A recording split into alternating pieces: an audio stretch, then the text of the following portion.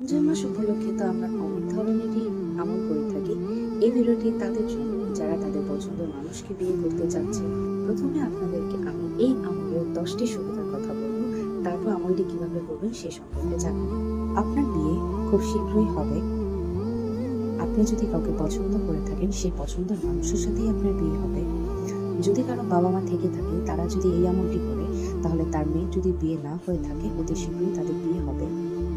আপনার বাবা মা আপনার বিয়েতে সম্মতি প্রদান করবেন এবং কোনো মেয়ের যদি কোনো পছন্দ থেকে থাকে, তাহলে সেখান থেকে বিয়ের প্রস্তাব পাবেন।